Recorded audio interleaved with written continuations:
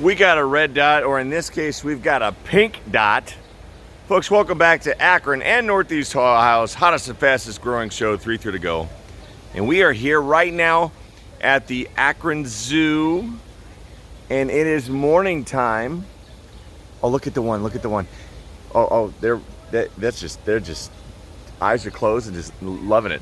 All right, so it's morning time. So right now we got a hot week. All right, so Katie is in habitat right now, and Katie has just set up a mister, all right? So you can see there's a mister over by the flamingos. We're with is it Chilean, is that how you say it? Mm-hmm. Chilean flamingos. And I'm here with our longtime zoo friend, Elena, and she is here to tell us all about keeping the animals cool today. So right now I'm just gonna keep the camera on them and kind of tell us what's happening right now. So we have set up the mister for the flamingos. They can choose whether they want to be under it to cool off, step away. That's a lot of what we do for weeks like this when the temperatures get hot. We give the animals choices. So they might enjoy the sun and the heat and being out in it, or they might need a brief cool off. Some of our animals need the choice to go inside into the air conditioning, which is probably where you'll see most of our snow leopards this week. They're not going to be out. This is a big nope week for them, so they're going to choose to be inside. Same with our red panda. She's going to be inside in the air conditioning because they are cold weathered animals. It is too hot for them. But some of our animals are adapted to the hot weather, so we just give them different enrichment to help them with the heat. So we have sprinklers, we have misters, we have pools. We'll do a lot of ice blocks, ice chunks. Some of our animals will get flavored ice, so we'll literally freeze blood in with the ice, and they love it, and things like that. So in any other scenario, that would sound like a horror movie, but it is obviously, something that the animals eat, especially the meat eaters, right? All right, so we're going to take a break from here, but say goodbye to the flamingos, and we're going to head on over to a different animal and see what's going on over there.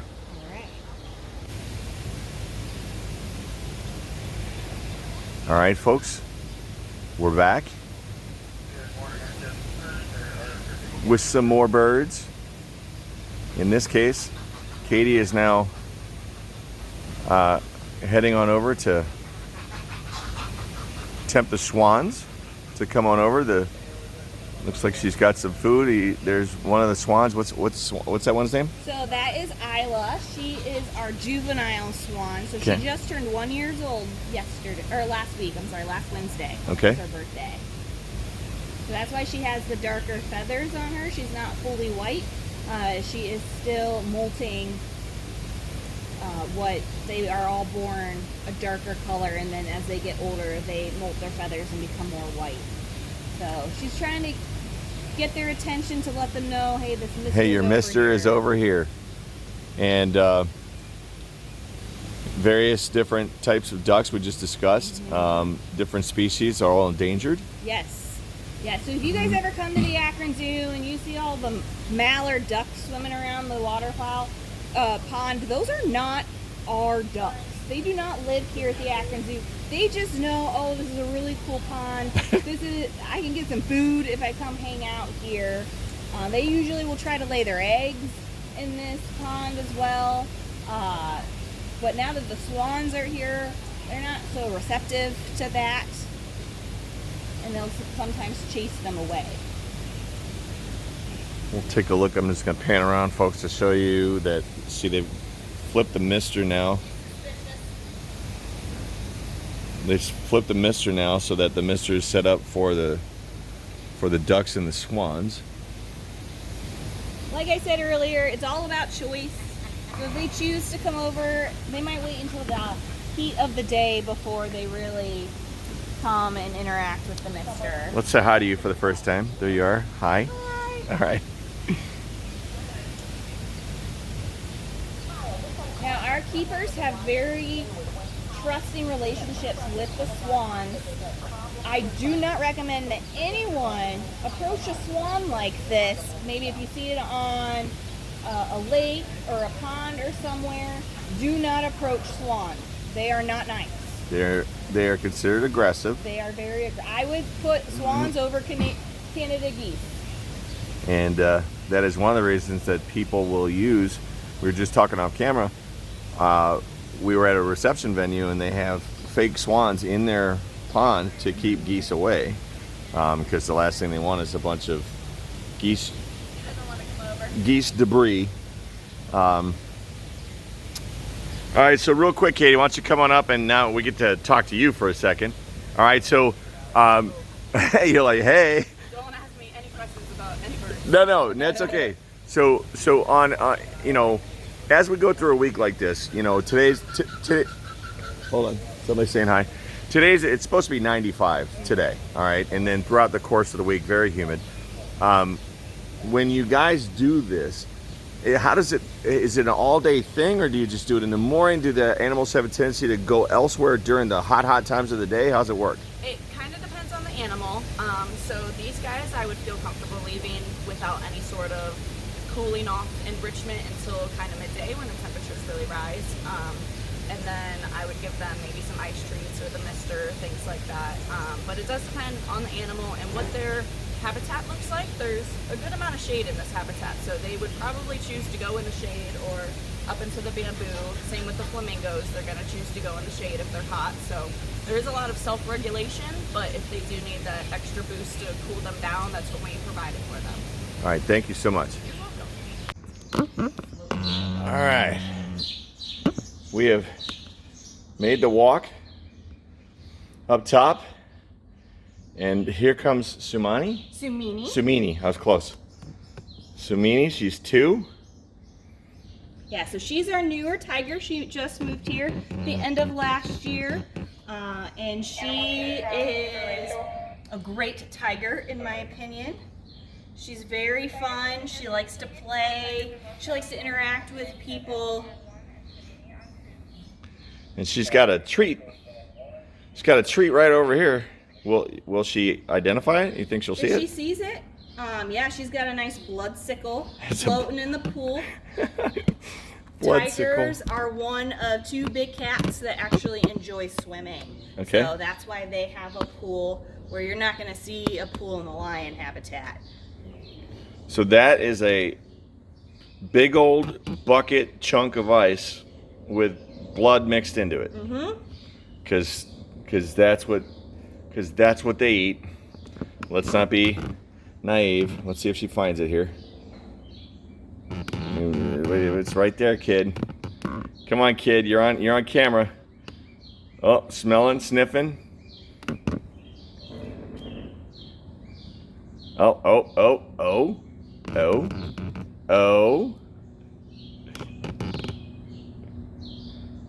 Now, will she go into the water? She would. Or will she pull it up? But definitely we got action. We got action. Oh, look at this. Look at that.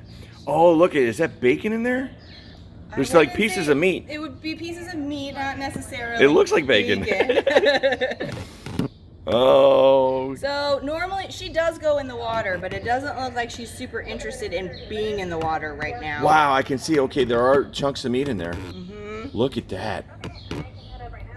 So there's a blood meatsicle in the water, and she's trying to get to it without getting wet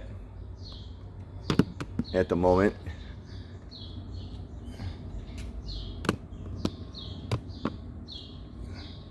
That's funny.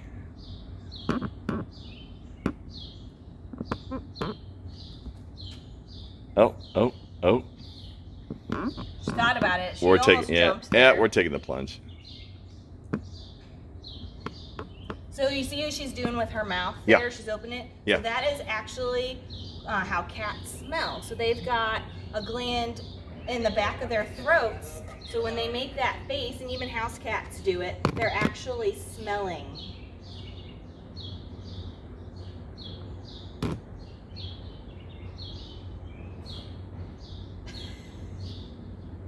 That is so funny. Literally a big cat. Just acting like a big cat. Like, I want this, but I don't want to get wet, so I'm just gonna paw at it.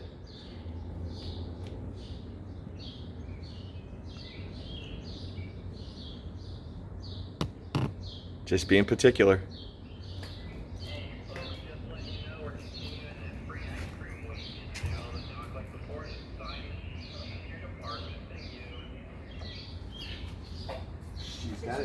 She's got it cornered, okay?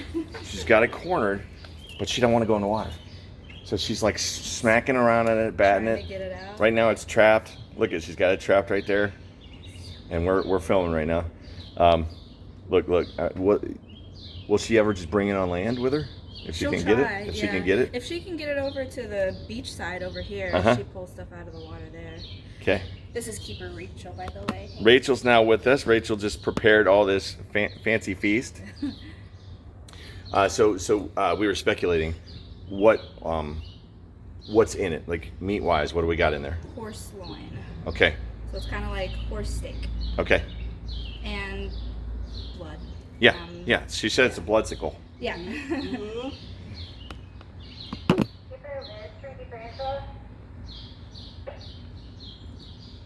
Oh. Getting in a lick. I'm just waiting for it to just kind of fall in. But I doubt that that'll happen because they're rather skilled at what they do. She does swim. I've seen her like fully in the water. I'm surprised she's not in it. Oh, it's melting so fast. It is. Well, Dude, that's what I was worried about. That how fast it yep. It was a big, like 5-gallon bucket. Bucket ice. Frozen solid. Now, Sumini's a little bit more adapted to this weather. So Sumatran tigers are native to Indonesia. It's nice and humid, and she actually was born at the Dallas Zoo. Oh, she gave in. Boom. Cooling off. Going after the goodies. Oh, we're just getting the body down there.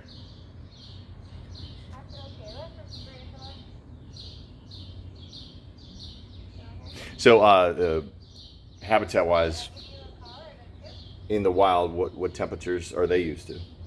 Definitely like this. Like this, Yeah. okay. Humid 80s, 90s. Okay. They're actually less adapted to our winters here. Okay. Well, come get your treat, girl. You did all that work. You're in the water. Go get it. It's almost gone, Sumini.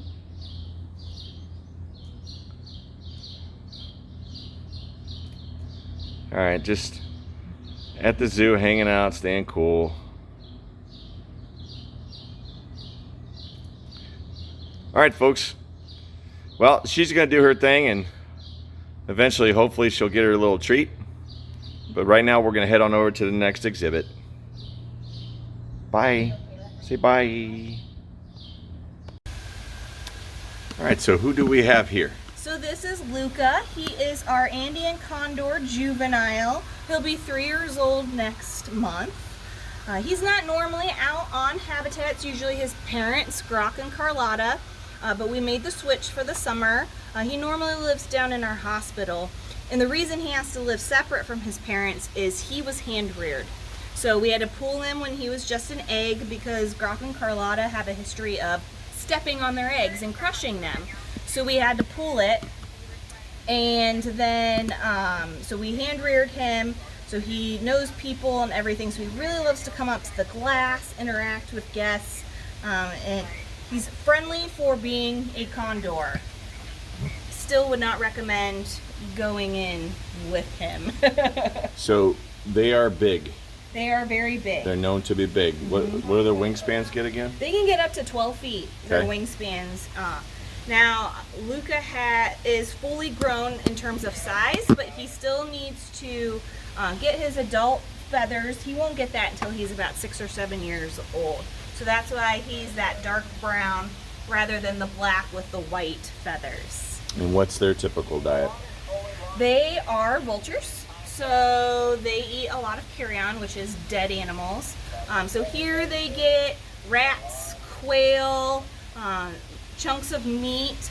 We feed our animals a lot of what's called Nebraska, which is a ground meat that is mixed in with all the nutrients that they need. So he really enjoys all the dead stuff, which is really important. Vultures are vital to our ecosystem because we really need them to help that decomposing of roadkill and other dead animals. So I can maturely ask this next question. Okay. All right. Do you guys let the food rot a little bit then? We do not. Okay. We do not. So all of our animals are under a very strict diet that is overseen by our vet staff. So they know exactly how much of what every day the animals are eating. So they have the healthiest diet. They're getting the most nutrients. We get asked a lot, like, why don't you give the big cats live prey so they can hunt it? Well, some of our cats, if you gave them live prey and make them hunt it, you would offend them to no end. They do not want that. But the other reason we don't give live animals to, like, we give bunnies every week to the cats. We don't give them live bunnies because by freezing them and then thawing them, we're killing out any diseases that the rabbits might have. Okay. So trying to make sure they're as healthy as can be. Occasionally, like our jaguar will get a groundhog that got a little too close to the habitat. Okay. And then she has to be monitored very closely to make sure that she did not Didn't get anything. sick, yeah. As far as this animal, how does it work with the wings? Do you guys snippy clip their wings? How does it work to keep them from flying away?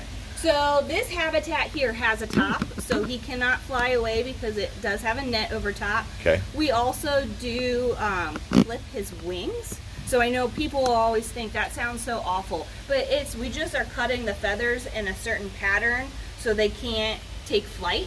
Okay. But it's the same as cutting your fingernails. Okay. And they grow back. Okay. So he is still flighted. We have not clipped his wings personally.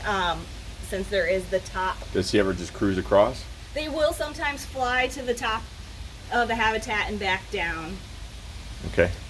So he knows his keeper is back there getting his enrichment ready. That's why he walked over there, and he's very interested in what she's doing back there.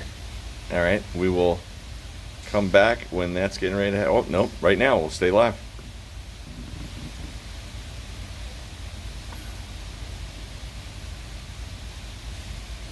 So Luca sometimes is helpful, and I say that in quotations because he thinks he's being helpful, but he's not.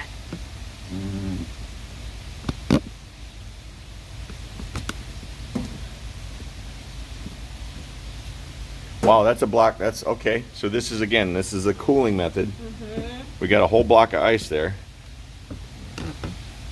And then she's sprinkling Acme seasoning. This is a commercial. Acme is a great partner at the Akron Zoo. Acme Fresh Market, providing seasonings. So a lot of animals have their favorite scent that they love to. So we'll have different spices, perfumes, things like that we'll spray for the animals because those new smells are really enriching for them. Luca also likes to rip things up. I was gonna say, what's with the paper? The paper helps him do that natural behavior of ripping through a body. Okay. So if he's ripping through roadkill, things like that, that really helps mimic that behavior. Wow, we're seeing it right now. Look at that.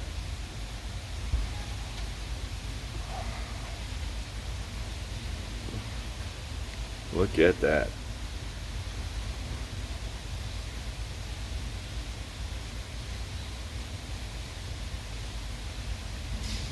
That's remarkable that you're simulating it and then he does it. Yeah, so that is the point of enrichment, is to help mimic those natural behaviors that they would show in their native habitat.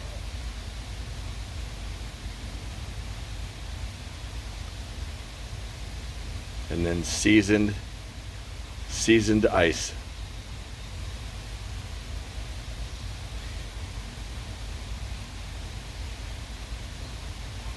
All right. Well, that's a lot of info. That's I a know. lot of info all in a very short amount of time. When I put all these videos together, I think we're looking at about 10 minutes or so, folks. So thank you so much for tuning in. And again, these sorts of things are taking place at all of the habitats today to try and help these animals stay cool on a day when it's going to be approaching 95 degrees. So thank you to our special guest that we put on the spot, Katie. She was wonderful, and she was hoofing it all over the place to make sure that we get a chance to see these animals. And as always, we love having Elena on, and you're always so informative, and we appreciate being with you. And now it's your guys' job to keep everybody cool. Yeah. Yep. So good luck, and thanks for allowing us behind the scenes. That's all I got, folks. Feel free to share this video. Make sure you tag the Akron Zoo with your thoughts. Take care, folks. Have a good night, everybody. Everybody stay cool out there. And everybody out there, say good night, Shirley.